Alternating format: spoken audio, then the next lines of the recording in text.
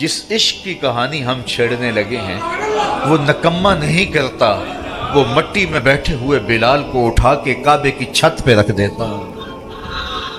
وہ بلال جو اپنے آقا کا جوتا دھوپ سے اٹھا کے چھاؤں میں رکھے تو آقا اس پہ بھی کوڑے مارے کہ تو نے مجھ سے پوچھا کیوں نہیں، تو بلال کہے کہ جناب جوتا دھوپ میں خراب ہو رہا تھا تو میں نے چھاؤں میں رکھ دیا تاکہ خراب ہونے سے بچ جائے۔ آقا یہ بات ماننے کے لیے تیار نہ ہو اور کوڑے مارے۔ کوئی گزرتا ہوا آدمی پوچھے جناب اس کو کوڑے کیوں مار رہے ہو، تو وہ کہے کہ یہ اپنی اوقات بھول رہا ہے، یہ خوئے غلامی اس کی بدل رہی ہے، میں اس کو سکھا رہا ہوں کہ تو ذات کا غلام ہے۔ کوڑے مارے جا رہے۔ اقبال نے کہا تھا غلامی کیا ہے، ذوق حسن و زیبائی سے محرومی، جسے زیبا کہیں آزاد بندے ہے وہی زیبا، بھروسہ کر نہیں سکتے غلاموں کی بصیرت پر کہ دنیا میں فقط مردان غر کی آنکھ ہے بینا۔ تو غلام ہوتا ہے۔ حضرت حسان بن ثابت رضی اللہ تعالی عنہ کہتے ہیں کہ میں رہنے والا تو مدینے کا تھا، لیکن ایک بار میں مکے میں گیا تو میں نے دیکھا کہ کھجور کی رسی میں ایک کالے رنگ کے شخص کو لوگوں نے پرویا ہوا ہے اور مکے کی گلیوں میں گھسیٹ رہے۔ تو میں نے پوچھا کہ یہ شخص کون ہے، تو لوگوں نے کہا اس کا نام بلال ہے۔ تو میں نے کہا کس جرم کی سزا اسے دے رہے؟ انہوں نے کہا کہ یہ ایک نئے دین میں داخل ہوا ہے اور ہم اس کو منحرف کرنا چاہتے ہیں۔ کہتے میں نے دیکھا کہ وہ جوں گھسیٹتے اس کی زبان پر عہد عہد کی صدا تیز ہوتی چلی جا رہی تھی۔ زخم پہ زخم کھا کے جی، خون جگر کے گھونٹ پی، آہ نہ کر لبوں کو سی، یہ عشق ہے دل لگی نہیں۔ یہ چند لمحوں کے لیے دل بہلانے کی کہانی نہیں ہے کہ جس محبت میں سختی آئی تو راستہ بدل لیا۔ یہ ان راستوں کا ان لوگوں نے اہتمام کیا تھا اور ان راستوں کے مسافر بنے تھے کہ راستے میں پہاڑ بھی ہوں تو یہ چیر کے آگے گزر جائیں۔ بلال حبشی کو ان کا ظالم آقا مارتا ہے، کبھی ان کے ہاتھوں میں میخیں ٹھونکتا ہے، کبھی زبان پہ تپتے ہوئے کوئلے رکھتا ہے، کبھی رسی پاؤں میں ڈال کر کے اوباش لڑکوں کے ہاتھوں میں دیتا ہے کہ اس کو گھسیٹے، کبھی کچھ، لیکن بلال ہیں کہ آگے سے مسکرا رہے ہیں، عہد عہد کا نغمہ پکار رہے ہیں۔ کسی نے رک کے کہا بلال یہ عجیب تماشا ہے، وہ تمہیں مار رہے ہیں اور تم آگے سے عہد عہد پکار رہے ہو۔ تو حضرت بلال بولے تم جاؤ نا بازار میں مٹی کا پیالہ خریدنے کے لیے تو اس کو بھی ٹھونک ٹھونک کے دیکھتے ہو، اس کی آواز تو ٹھیک ہے، کہیں کچا تو نہیں ہے۔ کہا تم تو مٹی کا پیالہ بھی خریدو تو ٹھونک بجا کے دیکھو، یہ کہیں کچا تو نہیں ہے، اس کی آواز تو ٹھیک ہے۔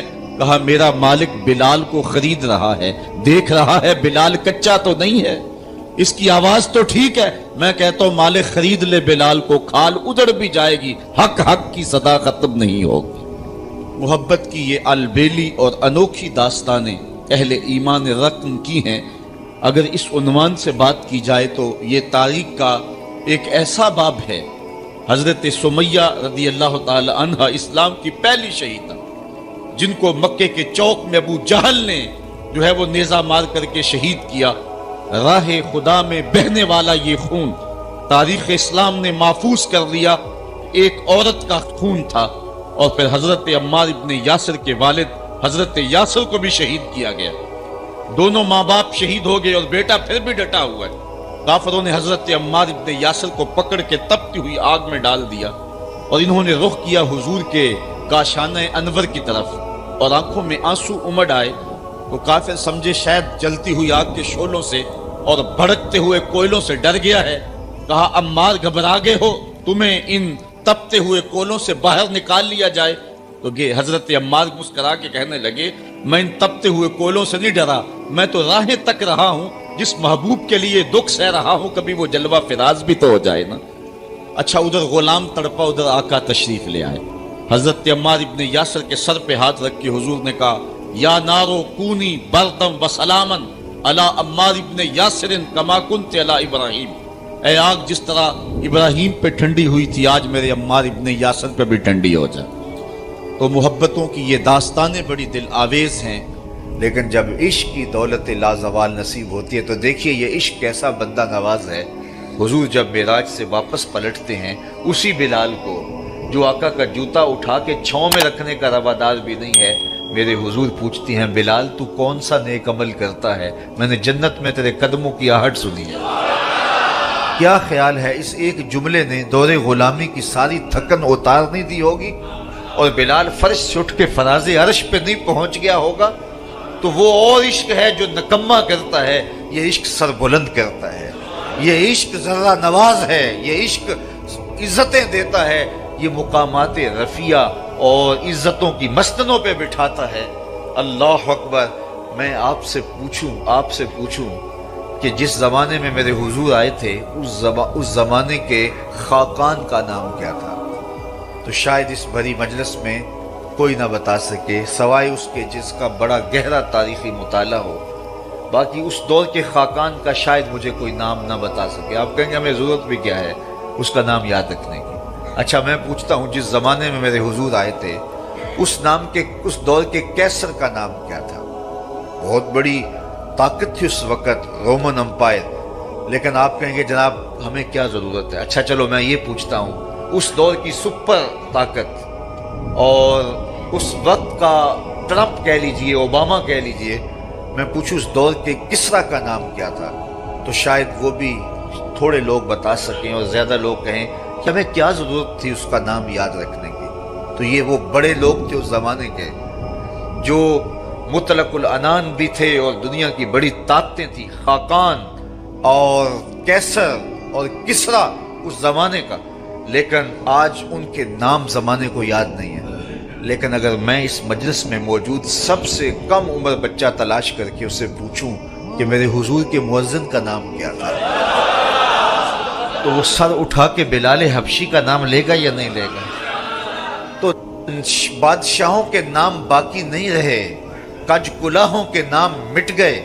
مشتاق یوسفی نے کہا تھا مٹ گیا مشتاق دل سے رنگے یاد رفتگاں، پھول مہنگے ہو گئے قبریں پرانی ہو گئی۔ کس کے پاس وقت ہے کہ کسی کو یاد رکھے؟ لیکن جو ان سے جڑ گیا ان کا نام سر بلند ہے۔ رومی علیہ الرحمن اس پر ایک خوبصورت مثال دی کہ حاکم وقت نے لیلا کو دربار میں طلب کر لیا۔ گفت لیلا را خلیفہ کان توئی کس تو مجنو شد پریشان و غوی، از دیگر خوباں تو افزو نیستی، گفت خامش کیوں تو مجنو نیستی۔ لیلا کو بلایا، تیرے حسن کا شہرہ ہے، تو نے ایک شہزادے کے حواس باختہ کر دیے۔ نام تو کیس تھا نا، لیکن دنیا نام ہی نہیں جانتی، نام بھی مٹ گیا۔ تیری محفل میں آ کے بدنام ہوئے، نگاہ زمانہ میں بے نام ہوئے۔ تو نے وعدہ کیا تھا بچھڑیں گے نہ ہم، تیرے ہی ہاتھوں سے نیلام ہوئے۔ نام مٹ گیا، تشخص مٹ گیا، لوگ مجنون کہہ کے پکارتے ہیں۔ شہزادہ تھا، تو نے اس کے ہوش باختہ کر دیے۔ کون سا جادو ہے تیرے حسن میں؟ از دیگر خوباں تو افزو نیستی، باقی عورتوں سے تو کوئی انوکھی توڑی ہے، تیرے سے زیادہ تو میری لونڈیاں ہنسی ہیں۔ تو جو لیلا نے جواب دیا وہ دو لفظ تھا، سن لیجئے۔ گفت خامش، لیلا بولی بادشاہ چپ کر جا، چوں تو مجنو نیستی، تیری آنکھ مجنو والی تھوڑی ہے کہ تجھے میرے اندر حسن نظر آئے۔ دیدائے مجنو اگر بودے تورا، از دو عالم بے خطر بودے تورا، کاش تیری آنکھ مجنو والی ہوتی پھر تو مجھے دیکھتا۔ تو ہوش دارو لیک مجنو بے خودست، در طریق عشق بیداری بدست۔ تو ہوش والا ہے اور مجنو ہوش کو چھٹی دے کے آیا ہے۔ اس کوچے میں ہوش کے ڈالر نہیں چلتے، اس کوچے کے اندر محبت کی کرنسی چلتی ہے۔ اس لیے کہا کہ تجھے میرے اندر کوئی کمال نظر نہیں آئے گا۔ رومی یہاں کیا کمال کی بات کہی، کہا اگر لیلا کو دیکھنا ہو تو مجنو کی آنکھ چاہیے، اور مصطفیٰ کریم کو دیکھنا ہو تو ابو بکر کی آنکھ چاہیے۔ مانائے حرفم کنی تحقیق اگر، بنگری با دیدائے صدیق اگر، قوت قلب و جگر گردت نبی، از خدا محبوب تر گردت نبی۔ کہا اگر وہ نگاہ مل جائے تو جدھر دیکھو گے جلوے نبی کے ہی نظر آئیں گے۔ اللہ اکبر۔ تو بندہ جس سے محبت کرتا ہے اس کے عیب نہ دیکھ سکتا ہے، اس کے عیب نہ سن سکتا ہے، لیکن جن سے ہم پیار کرتے ہیں ان میں تو عیب ہے ہی نہیں۔ خلقت مبرم من کل عیب، وہ کمال حسن حضور ہے کہ گمان نقص جہاں نہیں۔ نقص تو دور کی بات ہے، یہاں نقص کا گمان ہی نہیں۔ یہی پھول خار سے دور ہے، یہی شمع ہے کہ دھواں نہیں۔ ہر پھول کے ساتھ کانٹا ضرور ہوتا ہے، لیکن حسن رسول وہ پھول ہے جس کے ساتھ کانٹا نہیں ہے، وہ شمع ہے جس کے ساتھ دھواں نہیں ہے۔ تو بندہ جس سے پیار کرتا ہے اس اس میں عیب نہیں دیکھ پاتا۔ اچھا، محبت کی علامت یہ ہے بندہ جس سے پیار کرتا ہے، جس سے محبت کا ربط اور رشتہ رکھتا ہے، اس کی اطاعت کرتا ہے، اس کی بات مانتا ہے۔ یہ محبت کا بہت بڑا نشان ہے، بہت بڑی علامت ہے کہ بندہ جس سے پیار کرتا ہے وہ اس کی ایک ایک بات پہ قربان اور فدا ہو جاتا ہے۔ اس کا حکم ہو اور محب نہ مانے تو اس کی محبت ناقص ہے۔ میں اور آپ ذرا اپنے اندر اتر کر کے دیکھیں، ہمارا طرز زندگی کیا ایسا ہے کہ ہم اپنے آقا کی ہر بات مانتے ہیں؟ صحابہ کی زندگیاں دیکھ لیجئے، انہوں نے ادب کی بھی انتہا کر دی اور تعمیل حکم کی بھی انتہا کر دی۔ یار حضور کا کہنا اور ارشاد کرنا تو بڑی بات ہے، انہوں نے صرف حضور کا چہرہ دیکھا اور منشا سمجھی، بس زندگی گزار دی۔ اللہ اکبر۔ حضرت انس بن مالک کو کسی نے دیکھا کہ شوربے سے کدو کے ٹکڑے نکال کے کھا رہے۔ کسی نے پوچھا یہ کیا کر رہے ہو؟ کہا مجھے نہیں پتا، ایک دن میں نے حضور کو کرتے دیکھا تھا۔ مدینے کی ایک گلی سے حضور گزر رہے تو ایک ایسا مکان بن رہا تھا جس طرز کی تعمیر کو حضور پسند نہیں کرتے تھے۔ تو کسی سے پوچھا کہ یہ کس کا ہے؟ کہا فلاں انصاری کا۔ کچھ نہیں کہا حضور نے، چلے گئے۔ کسی نے اس انصاری کو بتایا کہ حضور گزرے تھے، تیرا مکان دیکھا تھا، لیکن چہرے پر پسندیدگی کے آثار نہیں آئے، حضور خوش نہیں ہوئے۔ اس نے کہا اچھا، کہا ہاں میں ساتھ تھا۔ اس نے کدال پکڑا اور مکان کو زمین کے برابر کر دیا۔ 2-4 دن کے بعد میرے حضور کا دوبارہ گزر ہوا، ملبے کا ڈھیر پڑا دیکھا، کہا بلاؤ۔ اسے بلایا گیا، کہا میں گزرا تھا، تیرا مکان تھا، آج ملبے کا ڈھیر ہے، کدھر گیا مکان؟ عرض کی حضور میں نے گرا دیا۔ فرمایا کیوں؟ سنو۔ فرمایا کیوں؟ عرض کی سنا تھا آپ کو پسند نہیں، سنا تھا آپ کو پسند نہیں۔ میں اور آپ سر سے لے کر پاؤں تک دیکھوں ہمارا کیا کیا حضور کو پسند ہے۔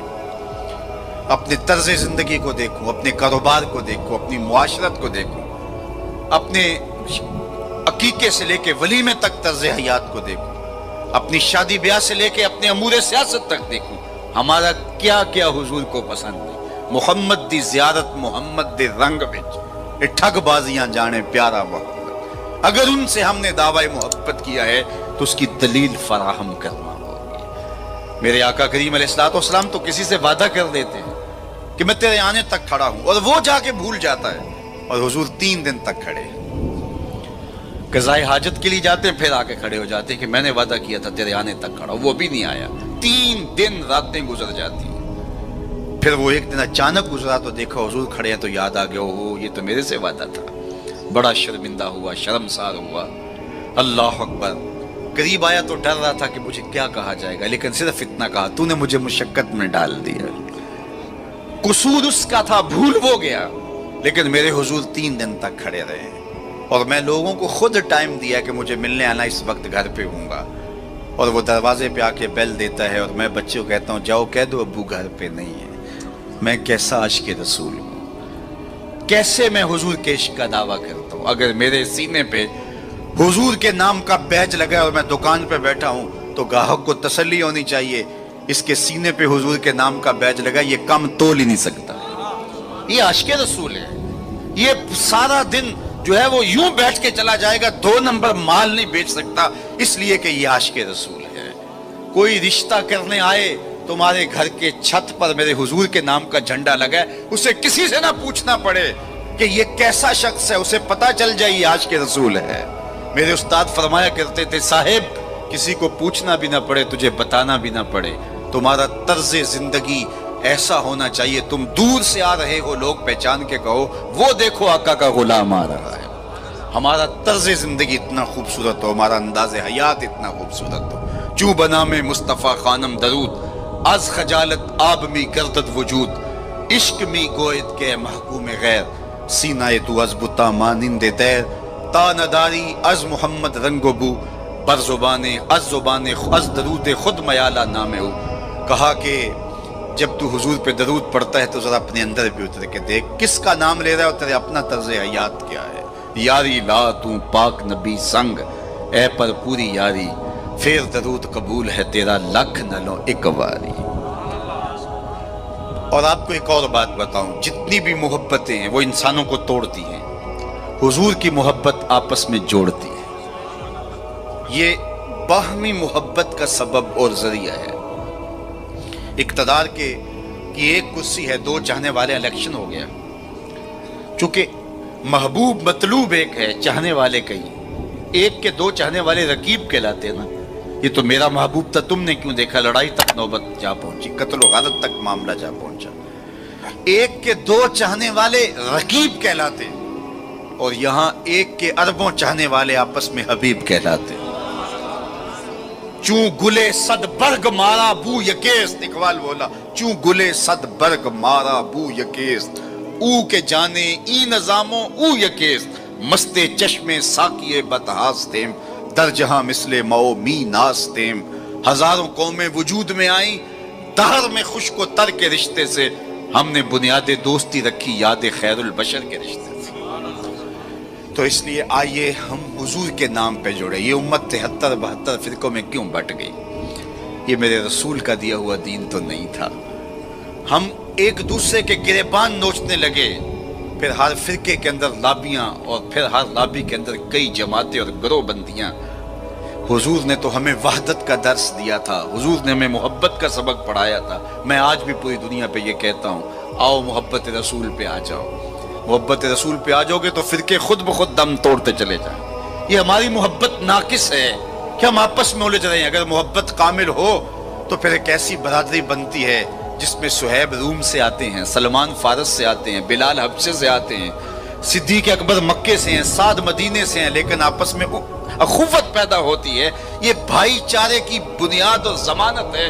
تو چوں گلے صد برگ مارا بو یکیست، او کے جانے ای نظاموں او یکیست. میرے استاد ایک شعر جھوم کے پڑھا کرتے تھے، اور آج میں وہ آپ کی نظر کر رہا ہوں، آپ کے ذوق کی تسکین کے لیے، کہ محمد کی وساطت سے محبت تیری میری ہے. میں آپ کے شہر میں پہلی مرتبہ آیا ہوں. دارالسلام کا نام سنا تھا. یہاں ایک سنی کانفرنس کسی زمانے میں ہوئی تھی، سروں کا ہجوم تھا، محبتوں کی کیفیات تھی. مجھے شوق تھا کہ میں بھی اس بستی کے مکینوں کو دیکھ آؤں، لیکن آپ کی آنکھوں میں چمکتا ہوا پیار، پیشانیوں پہ لکھی ہوئی محبت. میرا تو آپ کا پہلا تعارف ہے، میری آپ کی برادری الگ ہے، میرا آپ کا کوئی کاروباری سانج نہیں ہے، لیکن آپ کے دل میں میرے لیے محبت اور میرے دل میں آپ کے لیے دعائیں. یہ رشتہ قائم کیسے ہوا؟ تو میرے استاد جھوم کے پڑھا کرتے تھے، محمد کی وساطت سے محبت تیری میری ہے، محبت اصل ہے ان کی، نہ تیری ہے نہ میری. تو یہ وہ بنیاد ہے محبت کی. اور ایک بات اور کروں کہ جتنی بھی محبتیں ہیں، وہ غالب نے کہا تھا نا، عشق نے غالب نکما کر دیا، ورنہ ہم بھی آدمی تھے کام کے. ایک وہ عشق بھی ہے جو اچھے بھلے انسان کا بیڑا غرق کر کے رکھ دیتا ہے، اور وہ منہ چھپاتا پھرتا ہے. وہ عشق نکما کر دیتا ہے، صلاحیتوں کو جو ہے وہ زائل کر دیتا ہے. ایک وہ عشق ہے، اور یہ وہ عشق ہے جو بلال کو پستیوں سے اٹھا کے کعبے کی چھت پہ کھڑا کر دیتا ہے. یہ بندہ نواز عشق ہے. اور یہ بھی سنیے کہ جتنے بھی عشق ہیں ان کا انجام رسوائی ہوتا ہے. میں سویر سے لے کر شام تک سڑکوں پہ سفر پہ ہوں. کل شیخو پورے تھا، پھر آج دھوبی گھاٹ تو اب آپ کے پاس. کل اگلی منزل وہ کبھی کیا کسی نے کہا، کبھی عرش پر کبھی فرش پر، کبھی ان کے در کبھی در بدر. غم عاشقی تیرا شکریہ، میں کہاں کہاں سے گزر گیا. میں ایک دن سیالکوٹ سے واپس آ رہا تھا، تو راستے میں ایک جھونپڑا بنایا تھا کسی ملنگ نے، تو اس کے اوپر لکھا تھا سڑکوں والی سرکار.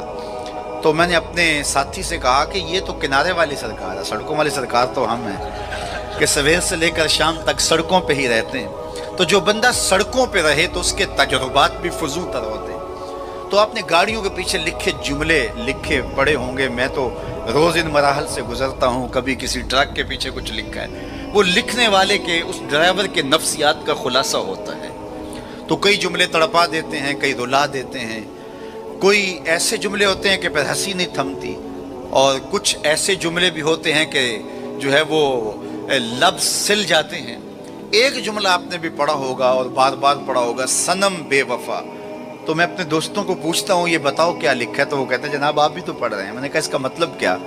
کہتے ہیں جناب آپ بتا دیجئے. میں نے کہا یہ تحریری احتجاج ہے، کسی نے کسی سے پیار کیا ہوگا اور بے وفائی لیے آج اپنی بھڑاس نکال رہا ہے، غصہ نکال رہا ہے. تو میں کہا صاحب تو نے پیار اس سے کیا جس نے بے وفائی کی، آ تجھے اس چوکھٹ پہ لے چلو. جو ہاتھ پکڑتے ہیں تو حشر کے دن بھی نہیں چھوڑتے.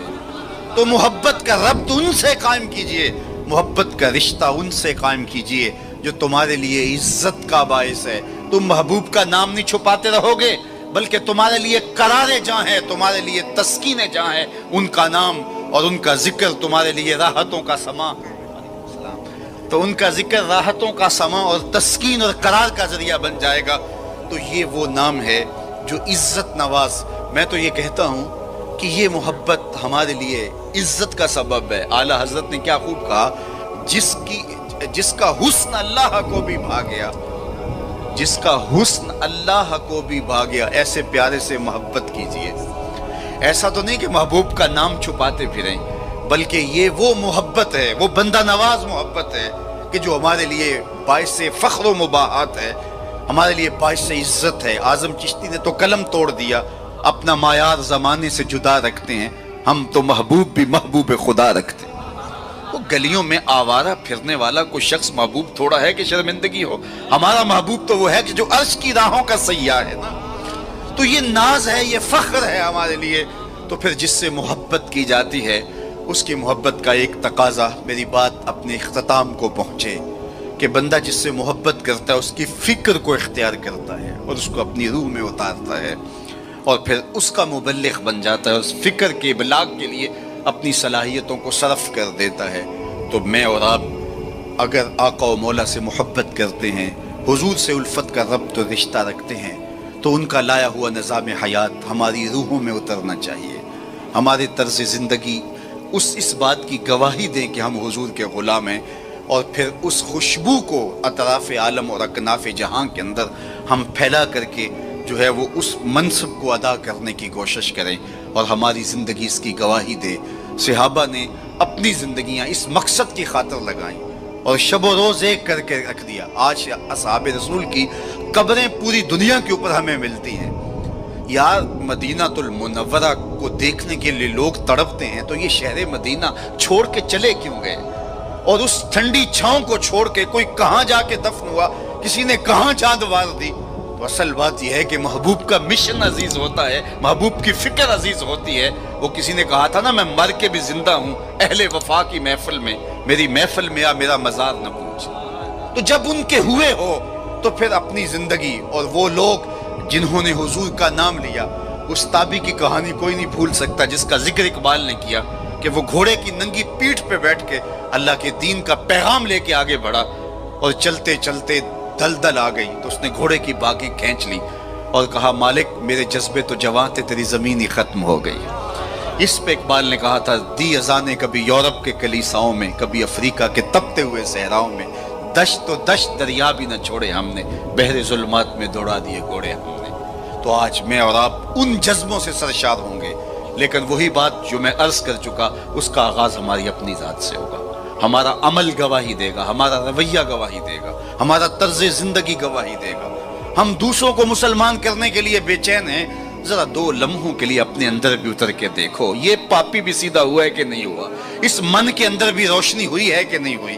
میں تو میلاد کے موسم میں گلی گلی کہتا رہا، تمہیں مبارک کو تم نے جھنڈیاں لگائیں، مجھے اچھا لگا تم نے گھروں کی چھتوں پہ چراغاں کیا، لیکن کوئی جھاڑو لے کے دل نگر میں بھی آنا، کہیں دل کی گلیاں اندھیر نگر نہ رہ جائیں، کوئی دیا، کوئی محبت کا چراغ دل میں بھی روشن کرنا۔ اگر دل کی دنیا آباد ہو گئی تو پوری کائنات روشن ہو گئی۔ میرے حضور نے فرمایا، انسان کے جسم میں گوشت کا ایک ٹکڑا ہے، اگر وہ صحیح ہو جائے تو پورا جسم صحیح ہو جاتا ہے، اگر وہ خراب ہو جائے تو پورا جسم خراب ہو جاتا ہے۔ پھر فرمایا، الا وہی القلب، سنتے ہو گوشت کے اس ٹکڑے کا نام دل ہے۔ حضرت نبی رحمت کی مجلس لگی تھی، ہجوم عاشقاں تھا۔ ایک دن حضور نے فرمایا، جنتی دیکھنے کا شوق ہو تو دروازے پہ دیکھو۔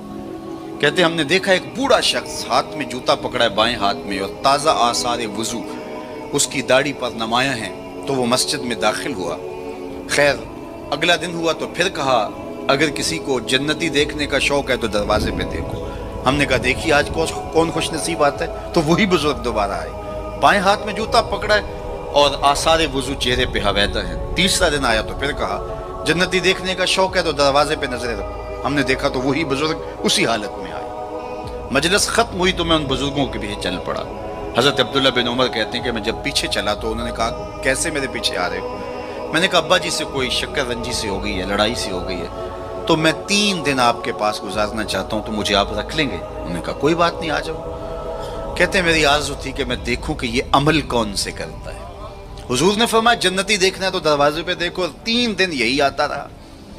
کہا, اس نے کہا کوئی بات نہیں, آ جاؤ. میں ساتھ چلا گیا. رات جب سوئے تو میں نے چادر اوڑھ لی اور میں اس طاق میں تھا کہ دیکھوں کہ یہ عمل کون سے کرتا ہے. لیکن وہ ساری رات سویا رہا.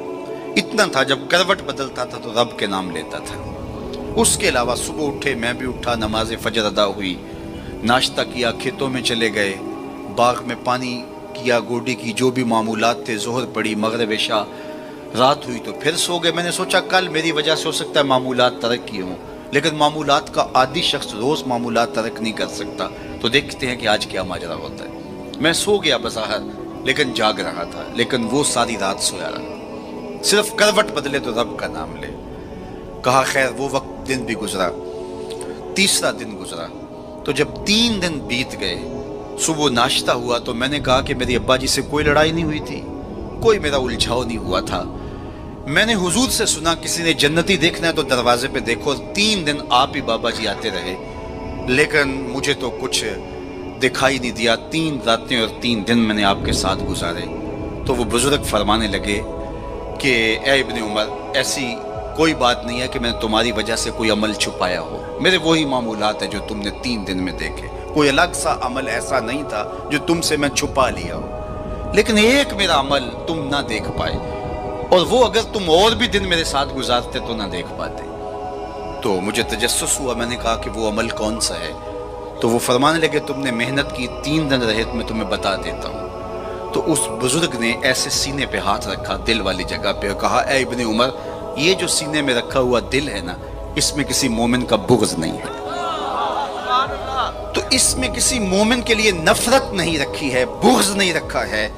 تو آج میں اور آپ جنت کے مسافر بننا چاہتے ہیں تو اس اندر کی دنیا کو صاف کیجئے, اور جب اس میں جھاڑو دیں گے اور اس کی صفائی کریں گے تو پھر محبوب کے جلوے آپ کو یہاں دکھائی دیں گے. نہ مسجد وچ نہ مندر وچ, لب یار نو اپنے اندر وچ, وفی انفسکم افلا تبصرون. تو آئیے میں اور آپ اپنے باطن کی صفائی کے لیے کوشاں ہوں. زندگی لمحہ لمحہ ٹوٹ رہی ہے, اور میں اور آپ ایک ایک سانس کر کے اپنی زندگی کو توڑ رہے ہیں. یہ اٹھتے ہوئے قدم ہیں, سیدنا علی المرتضیٰ فرماتے ہیں. یہ ہماری جو سانسیں ہیں یہ اٹھتے ہوئے قدم ہے, یہ پگھلتی ہوئی برف ہے جو ہمیں موت کے قریب لے جا رہی ہے. ایک بزرگ کہتے ہیں مجھے یہ سمجھ نہیں تھی کہ یہ جو قرآن نے کہا ان الانسان لفی خسر, بے شک انسان خسارے میں ہے. تو میں نے کہا یہ خسارے میں کہاں ہے؟ کہاں گھاس پھونس کے جھونپڑے اور کہاں علی نصب گھر اور بنگلے, انسان تو آگے جا رہا ہے. تو یہ خسارے میں کیوں کہا گیا؟ تو میں سمرقند کے بازار سے گزر رہا تھا, وہاں ایک آدمی پھٹے پہ رکھ کے برف بیچ رہا تھا اور ساتھ آوازیں لگا رہا تھا. آج کل تو یہاں وہ پاپڑ بیچنے والے بھی آوازیں لگاتے ہیں. تو وہ سمرقند کے بازار میں برف رکھ کے بیچ رہا تھا اور ساتھ آواز لگا رہا تھا ارحمو ارحمو علی من یذوب راس مال, او گزرنے والوں میرے پہ ترس کھاؤ, میں ایسا تاجر ہوں جس کا راس المال پگھلتا چلا جا رہا ہے. کیونکہ برف ایک ایسا سودا ہے جو گاہک کا انتظار نہیں کرتا. آپ کپڑا بیچتے ہیں, آج گاہک نہیں آئے, ہو سکتا ہے کل چارہ مہنگا بیچ لیں. آپ پیٹرول بیچتے ہیں, ہو سکتا ہے پڑا 6 روپے اوپر چلا جائے, آپ کروڑوں کے فائدے میں چلے جائیں. لیکن اگر برف کا کل گاہک آپ بھی آ گیا اور مہنگی بھی ہو گئی, برف ہی نہیں ہوگی. تو وہ کہتا ہے لوگوں میرے پہ رحم کرو, مجھ سے برف لو. میں ایسا تاجر ہوں جس کا راس المال پگھلتا چلا جا رہا ہے. ارحمو ارحمو علی من یذوب راس مالہ. تو قدم رک گئے اور کہا کہ مجھے ان الانسان لفی خسر کا ترجمہ سمجھ میں آ گیا. جس طرح تیری برف پگھلتی جا رہی ہے میری زندگی پگھلتی جا رہی ہے, تیری برف قطرہ قطرہ پگھل رہی ہے, میری زندگی سانس سانس پگھل رہی ہے. اگر تو اب بیچ لیتا ہے, اس کے بدلے درہم لے لیتا ہے, دینار لے لیتا ہے, پارچہ جات لے لیتا ہے, کوئی جنس لے لیتا ہے, تجھے 4 آنے بچ جائیں گے. اور میں بھی ان سانسوں کے بدلے درود پڑھ لیتا ہوں, ان سانسوں کے بدلے نماز پڑھ لیتا ہوں, سانسوں کے بدلے قیام کرتا ہوں, رکوع کرتا ہوں, سجود کرتا ہوں, کسی دکھی کے کام آ جاتا ہوں, کسی پریشان حال کی پریشانی دور کر دیتا ہوں, تو یہ میری سانسیں کام آ گئی. تو آج وقت ہے, وہ کسی پنجابی شاعر نے کہا تھا نا, آج ساوی نے کھلے راوی نے انج ٹوک نوکھڑے ٹکڑے نہیں. آج وقت ہے, آج فرصت ہے. وہ فقیر کھڑا تھا بازار میں رو رہا تھا, تو کسی نے گزرتے ہوئے کہا بابا کسی نے مارا ہے, تنگ کیا ہے؟